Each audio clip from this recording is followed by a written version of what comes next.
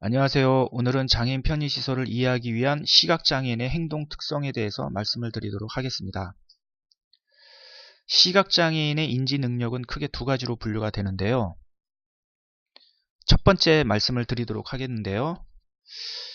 바닥에 점자 블록 및 점자 표지판으로 인지를 하는 방법이 있습니다. 바닥의 점자 블록은 저명 블록과 선형 블록으로 구분이 됩니다. 저명 블록은 전면에 어떤 경고물이라든가 장애물이 있을 경우에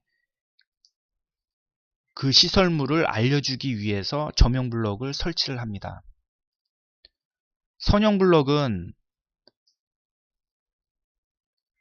직선 방향으로 직진하라는 하나의 지시적인 표현이라고 보시면 되겠습니다. 그래서 선형 블록에는 장애물이 있으면 안 됩니다. 그것을 좀 유념을 하셔야 되겠고요. 그 다음에 손으로 만져볼 수 있는 점자 표지판이 있습니다. 이것은 계단 손잡이 끝단 지점에 주로 점자를 표시를 하는데요. 이 점자 표지판은 현재 위치를 알려줍니다. 요즘은 올라감, 내려감 이 표현을 많이 쓰는데요. 잘못된 표현이거든요. 왜냐하면 손잡이를 잡고 시각장애인분이 이미 올라가는 것을 알고 있는 상태입니다. 그렇기 때문에 점자 표지판으로는 굳이 올라감, 내려감으로 표현을 할 필요가 없습니다. 현재 위치를 나타내 주면 됩니다. 현재 위치가 예를 들어서 2층이다, 5층이다, 이런 표현을 해주셔도 되고요. 또 전면에 이제 뭐가 있다, 어떤 주요 시설물을 안내해주는 어떤 그런 기능도 가지고 있습니다. 두 번째는 음성 및 음향 신호로 인지를 하는 방법이 있습니다. 시각장애인은 눈으로 볼 수가 없기 때문에 소리를 듣는 일정한 음향 신호나 사람의 목소리와 같은 음성 신호로 인지를 하게 됩니다. 시각장애인분은 이제 후천성으로 장애인이 되는 경우가 80%가 넘습니다. 따라서 점자에 대해서 교육을 못 받고 시각장애인이 되는 경우가 많다라는 뜻이죠. 점자 표지판을 인지를 못하게 되면 소리로 듣고 인지를 할 수밖에 없습니다. 따라서 사람의 목소리나 음성 신호 같은 어떤 음향 신호 이런 것을 이용해서 인지를 하게 되는 것입니다.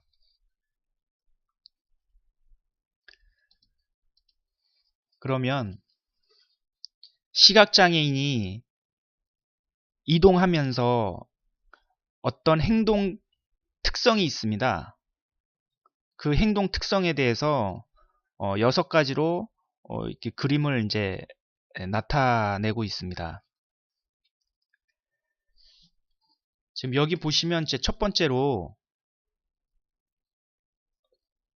지팡이로 진행 전방을 두드리며 걷게 되는 경우가 있고요. 두 번째는 지팡이를 벽면에 대고서 걷는 방법이 있습니다.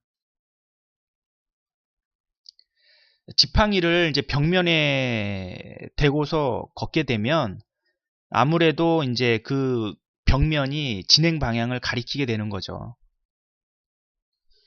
그 다음 세 번째는 어떤 장애물이 나타날 경우에 지팡이를 상하로 움직여서 그 장애물의 높이를 판단하게 됩니다.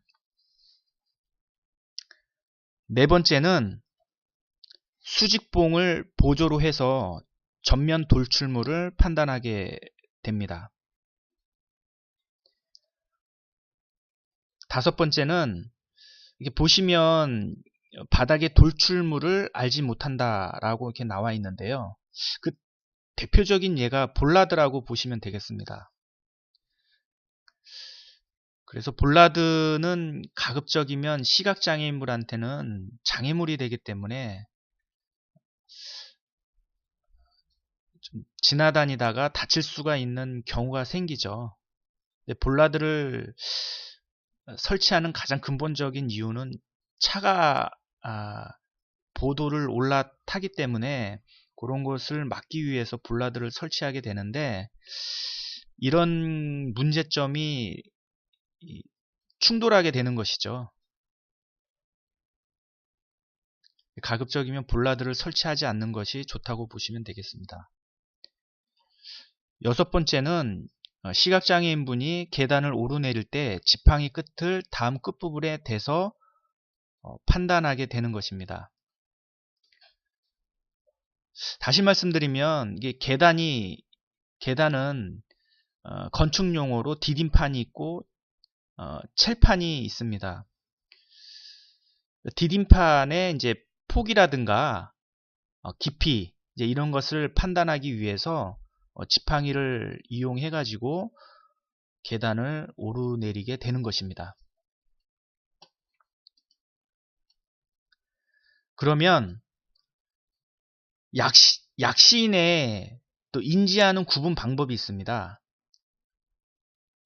앞서서는 전맹인에 대해서 말씀을 드렸는데요. 이번에는 이제 약시인입니다. 그러니까 아주 안 보이지는 않는 것이죠. 약간 보입니다. 약간은 보이는데 흐릿하게 보이는 것이죠.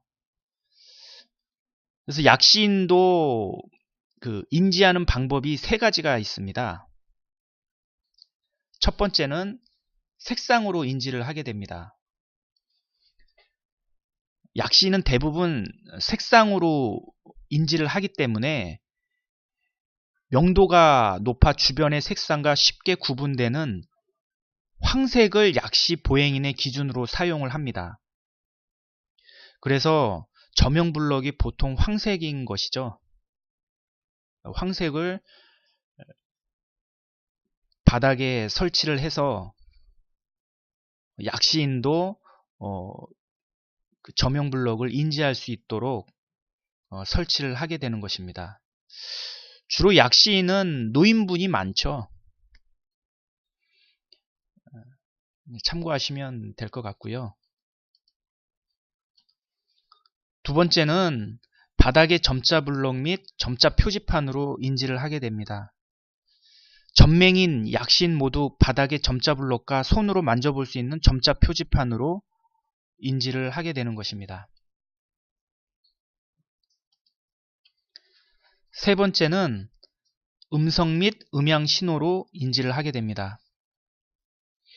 전맹인과 약시인 모두 눈으로 보는데 제한적이므로 소리를 듣고 인지하므로 일정한 음인 음향 신호나 사람의 목소리와 같은 음성 신호로 인지를 하게 되는 것입니다.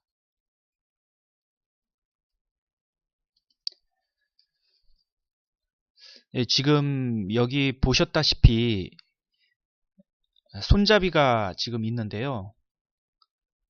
지금 여기 첫 번째 그림을 보시면 0.85m 위치에 있는 손잡이는 장년층을 위한 손잡이라고 보시면 되겠고요. 0.65m에 위치한 손잡이는 주로 어린이를 위한 손잡이라고 보시면 되겠습니다. 그래서 손잡이를 설치할 때는 지금 5cm 간격을 5cm를 띄우고 봉을 이제 벽부형으로 설치를 하게 되는 것이죠. 손잡이 지름은 32mm에서 38mm로 보시면 되겠습니다. 왜 32mm에서 38mm로 정했는지는 간단하게 확인을 할 수가 있는 것입니다.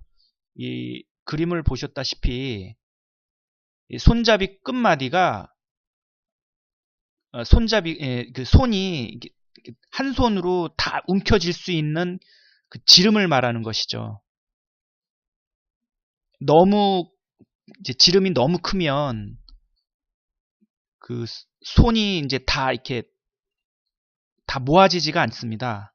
적정한 직경 32mm에서 38mm를 했을 때 손이 이제 모아지기 때문에 힘을 줄 수가 있는 것이죠. 그래서 32mm에서 38mm로 정해 놓은 것입니다. 그리고 여기 보시면 점자 표지판이 이렇게 표시가 되어 있는 모습을 그림으로 볼 수가 있습니다. 지금 시각장애인에 대해서 간단하게 저하고 살펴봤는데요. 이런 것들을 참고로 하시면 앞으로 제가 말씀드린 장애인 편의시설에 대해서 좀 더 한층 더 이해하기 쉬울 것입니다. 다음 시간에는 청각장애인의 행동 특성에 대해서 간단하게 또 말씀을 드리도록 하겠습니다. 감사합니다.